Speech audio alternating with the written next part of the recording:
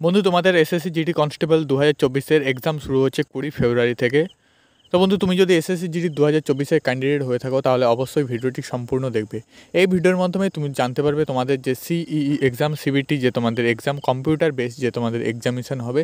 তো তোমাদের computer base examination তোমাদের কী কী ডকুমেন্টস নিয়ে যেতে হবে সমস্ত কিছু জানতে পারবে এই ভিডিওর মাধ্যমে। বন্ধু তোমাদের যেই সব ডকুমেন্টসগুলো নিয়ে যাবো তো এই সব ডকুমেন্টস বাদে তোমার কোনো ডকুমেন্টস লাগবে না।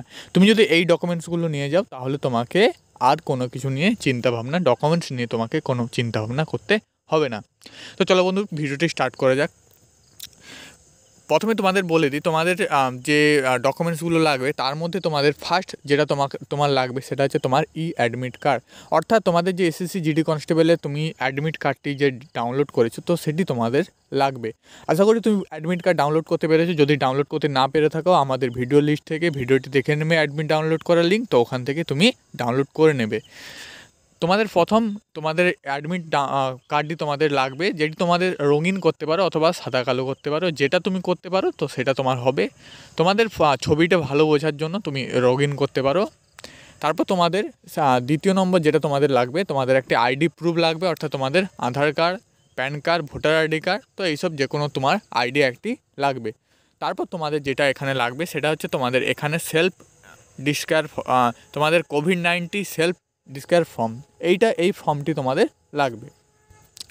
এই ফর্মটি তুমি সাদা কালো বের করে নেবে কম্পিউটার সেন্টার থেকে, এবং তোমার অ্যাডমিট কার্ডের যে তোমার অ্যাডমিট কার্ডটি তো সেটাও তুমি এই দুটি ফর্ম বের করে নেবে। এছাড়া মধ্যে তোমাদের এই অ্যাডমিট কার্ডের যে 7টি পেজ, তো এই 7টি পেজ তোমার বের করানোর কোনো দরকার নেই, জাস্ট তুমি এই দুটো পেজ বের করে নেবে। তো এখানে তোমাদের প্রথমে ক্যান্ডিডেটের নাম, তারপর তোমার নাম লিখলে, তোমার ক্যান্ডিডেটের রোল নাম্বার, তোমার অ্যাডমিট কার্ডে তোমার রোল নাম্বারটি আছে তো সেটি তুমি এখানে বসালে। এক্সাম নেম, তোমাদের এসএসসি জিডি কনস্টেবল 2024 এক্সাম তোমাদের নেম হবে। এক্সাম ডেট, তোমাদের যেই ডেটে তোমার এক্সাম পড়বে তো সেই ডেটটা তুমি এখানে বসালে।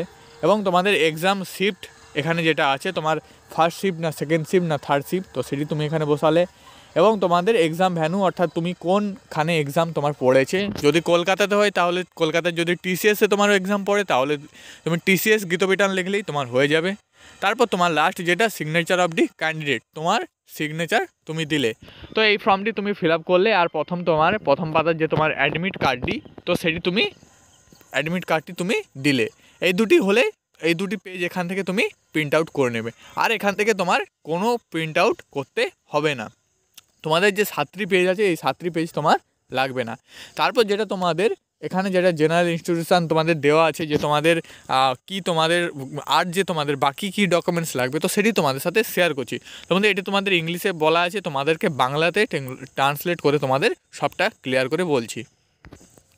দেখতে পাচ্ছি বন্ধুরা, তোমাদের 1 নম্বর পয়েন্টে বলা আছে প্রার্থীদের অ্যাডমিট কার্ড রিপোর্টিং প্রবেশের সময় বিপরীত নির্দিষ্ট সময় স্লট অনুযায়ী কেন্দ্রে পৌঁছাতে পরামর্শ দেওয়া হচ্ছে। অর্থাৎ তোমাদের অ্যাডমিট কার্ড রিপোর্টিংয়ের সময়, তোমার এন্ট্রি গেটের সময় তোমার অ্যাডমিট কার্ডটি দেখা হবে, সেখানে তোমাকে দেখাতে হবে। দ্বিতীয় নম্বর তোমাদের বলা আছে প্রার্থীদের মনে রাখতে হবে যে কোনো পরিস্থিতি বা কোনো কারণে প্রার্থীকে প্রবেশের সময় বন্ধের সময় পরে প্রবেশের অনুমতি দেওয়া হবে না। এই গেটগুলো কঠোরভাবে বন্ধ থাকবে। অর্থাৎ বন্ধু তোমাদের যে রিপোর্টিং টাইম এবং তোমাদের গেট ক্লোজিং টাইম তো তার মধ্যে তোমাকে আসতে হবে। ধরো না তুমি রিপোর্টিং টাইমের মধ্যে নাও আসতে পারলে, তোমার যে গেট ক্লোজিং টাইম যেটা থাকবে তো তার মধ্যে যদি তুমি চলে আসো তাহলে তোমাকে ভিতরে ঢুকতে দেওয়া হবে। কিন্তু বন্ধু তোমাদের গেট ক্লোজিং টাইম তোমার যদি তুমি আসো তাহলে কিন্তু তোমাকে ভিতরে ঢুকতে দেওয়া হবে না এবং তোমার পরীক্ষাটা বাতিল হয়ে যাবে। 3 নম্বর পয়েন্টে যেটা তোমাদের বলা আছে প্রার্থীদের অবশ্যই পরীক্ষার জন্য রিপোর্ট করার সময় নিম্নলিখিতগুলি আনতে হবে। অর্থাৎ তোমাদের যেসব ডকুমেন্টস লাগবে, প্রথম নম্বরে বলা আছে ভর্তির সার্টিফিকেট, অর্থাৎ তোমার যেটা অ্যাডমিট কার্ড, যেটা তোমাদের এসএসসি জিডি কনস্টেবলের যেটা অ্যাডমিট কার্ড। তারপর তোমাদের যেটা আছে তাদের সবশেষে তোমাদের রঙিন পাসপোর্ট সাইজ 2 কপি ফটো, যেটা তোমাদের সাইজটা দেওয়া আছে 3 সেন্টিমিটার ইন্টু 3.5 সেন্টিমিটার। তো এটা তোমাদের গেল, অর্থাৎ তোমাদের 2 কপি রঙিন পাসপোর্ট সাইজ ফটো, যেটা তোমার রেজিস্ট্রেশন বা তোমার অ্যাপ্লাইয়ের সময় যেই ফটোটা দিয়েছিলে সেটা যদি হয় তো খুব ভালো। সেটি যদি তোমার নাও থাকে তাহলে তুমি 2 কপি রঙিন রিসেন্ট ফটো 2 কপি তুলে নেবে। তো সেটি তুমি নিয়ে গেলে। তারপর যেটা তোমাদের আছে আধার, অর্থাৎ তোমার আধার কার্ড, তারপর তোমার ড্রাইভিং লাইসেন্স, কেন্দ্রীয় সরকার, রাজ্য সরকার, PSU দ্বারা কর্মীদের জারি করা পরিষেবা আইডি কার্ড, বিশ্ববিদ্যালয় কলেজ স্কুল দ্বারা জারি করা বৈধ ID card, voter ID card, PAN card, প্রতিরক্ষা মন্ত্রক দ্বারা জারি করা প্রাক্তন সেনাদের ডিসচার্জ বই, কেন্দ্রীয় সরকার রাজ্য সরকার দ্বারা জারি করা অন্য কোনো ফটো আইডি প্রুফ। তো এটি বন্ধু তোমাদের বলে দিই, তোমাদের এই যে তোমাদের পয়েন্টগুলো বললাম, তো এই সব পয়েন্টের মধ্যে তোমার যেটি থাকবে, অর্থাৎ তোমার আধার কার্ড থাকলে আধার কার্ড নিয়ে যাবে, ড্রাইভিং লাইসেন্স থাকলে ড্রাইভিং লাইসেন্স নিয়ে যাবে। তো তোমার যেটি থাকবে এই যে কটি বললাম, তো এগুলোর মধ্যে প্যান কার্ড থাকলে প্যান কার্ড নিয়ে যাবে, এগুলি তুমি নিয়ে যাবে। তবে তোমাদের একটা কথা বলে দিই, তোমাদের যেই আইডি প্রুফটা নিয়ে যাবে, তো সেই আইডি প্রুফের সাথে যেন তোমার অ্যাডমিট কার্ডের ডেট অফ বার্থ এবং তোমার ফাদার্স নেম এবং তোমার নাম যেন সঠিক থাকে। যদিও তোমাদের ভুল থাকে, তাহলে তোমার যেই আধার কার্ড যেই তোমার আইডি প্রুফে তোমার নাম আর তোমার ফাদার্স নেমগুলো ঠিক আছে, সেই আইডি প্রুফটি তুমি এক্সট্রাভাবে নিয়ে যাবে। তারপর বন্ধু ওখানে তুমি ভেতরে গেলেই তোমার যেই ভুলটা আছে, তো ওদের একটা ফর্ম দিয়ে তোমার ভুলটা ওখানে লিখে নেবে। তোমার কোনো মতে পরীক্ষা বাতিল যাবে না। তুমি এই ডকুমেন্টসগুলো নিয়ে যাবে, অবশ্যই তুমি পরীক্ষা দিয়ে বাড়ি আসবে। তারপর যেটা তোমাদের বলা আছে যে যদি ফটো আইডেন্টিটি কার্ড সম্পূর্ণ জন্ম তারিখ ও নাম না থাকে, তাহলে প্রার্থীকে অবশ্যই একটি অতিরিক্ত আসল নথি রাখতে হবে যার তারিখ রয়েছে। ভর্তির শংসাপত্র, মুদ্রিত জন্ম ও নাম, যেমন অ্যাডমিট কার্ড, পাস সার্টিফিকেট, 10তম শ্রেণী মার্কশিট শুধুমাত্র CBSE ICSC রাজ্য বোর্ড দ্বারা জারি করা হয়েছে। জন্ম শংসাপত্র, শ্রেণী শংসাপত্র ইত্যাদি শুধুমাত্র কেন্দ্রীয় সরকার দ্বারা জারি করা হয়েছে অথবা রাজ্য সরকার PSUS। জন্ম তারিখ ও নামের মধ্যে অমিলের ক্ষেত্রে উল্লেখ করা হয়েছে। তো বন্ধু এটা তোমাদের যেটা বললাম যে তোমাদের যদি কোনো ভুল থাকে, তোমাদের নাম ফাদার্স নেম, তো তোমার যেই আইডি প্রুফটার সাথে তোমার ম্যাচ আছে, তো সেই আইডি প্রুফটি নিয়ে যাবে। তো সেই আইডি প্রুফটি তোমার হতে পারে জন্ম সার্টিফিকেট, তোমার এই ক্লাস 10-এর অর্থাৎ মাধ্যমিকে তোমার মার্কশিট হতে পারে, তারপর তোমার যে কোনো তোমার সার্টিফিকেট হতে পারে যেটার সাথে তোমার ম্যাচ আছে, তো সেটি তোমাকে অতিরিক্ত মানে এক্সট্রাভাবে তোমাকে নিয়ে যেতে হবে। তো এটি তোমাদের বললাম। তারপর তোমাদের এখানে যেটা বলা আছে যে মুখে মাস্ক, হ্যান্ড স্যানিটাইজার, ছোট্ট স্বচ্ছ বোতল, স্বচ্ছ পানির বোতল। তো বলে দেই বন্ধু তোমাদের এখন তো যেহেতু কোভিড-19 নেই, কিন্তু তোমাদের 2019 থেকে তোমাদের কোভিড-19, তো সেটা যেহেতু ছিল তোমাদের এই বছরও তোমাদের কোভিড-19 কিছুটা হলেও ওখানে হয়তো মানা হতে, তোমার সেন্টারে মানা হতে পারে। তো সেই হিসাবে তোমার মাস্কটা তোমাকে নিয়ে যাওয়াটাই ভালো। তারপর এখানে যেটা তোমাদের আছে, ভর্তি শংসাপত্রের সাথে কোভিড-19 যে ঘোষণা ফর্মের প্রিন্ট আউট, অর্থাৎ তোমাদের বললাম self declare COVID-19 self declaration, তো সেই ফর্মটি তুমি নিয়ে যাবে, প্রিন্ট আউট করে নিয়ে যাবে। তারপর তোমাদের যেটা বলা আছে প্রার্থীদের তাদের ভর্তি শংসাপত্র তাদের কাছে নিরাপত্তা রাখতে হবে।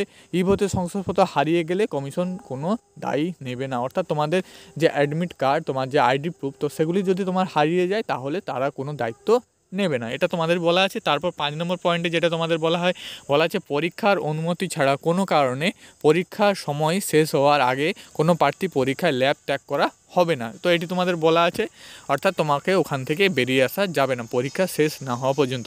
তারপর তোমাদের এখানে বলা আছে প্রার্থীদের ভর্তির শংসাপত্রে উল্লেখিত স্থানে শুধুমাত্র পরীক্ষার অংশগ্রহণ অনুমতি দেওয়া হবে। 7 নম্বর পয়েন্টে তোমাদের বলা আছে প্রার্থীদের কমপক্ষে 1 দিন 2 দিন আগে পরীক্ষার স্থান পরিদর্শন করার পরামর্শ দেওয়া হচ্ছে, যাতে তারা সময় মতো পরীক্ষায় আসতে পারে। তো এটি বন্ধু তোমাদের বলা আছে।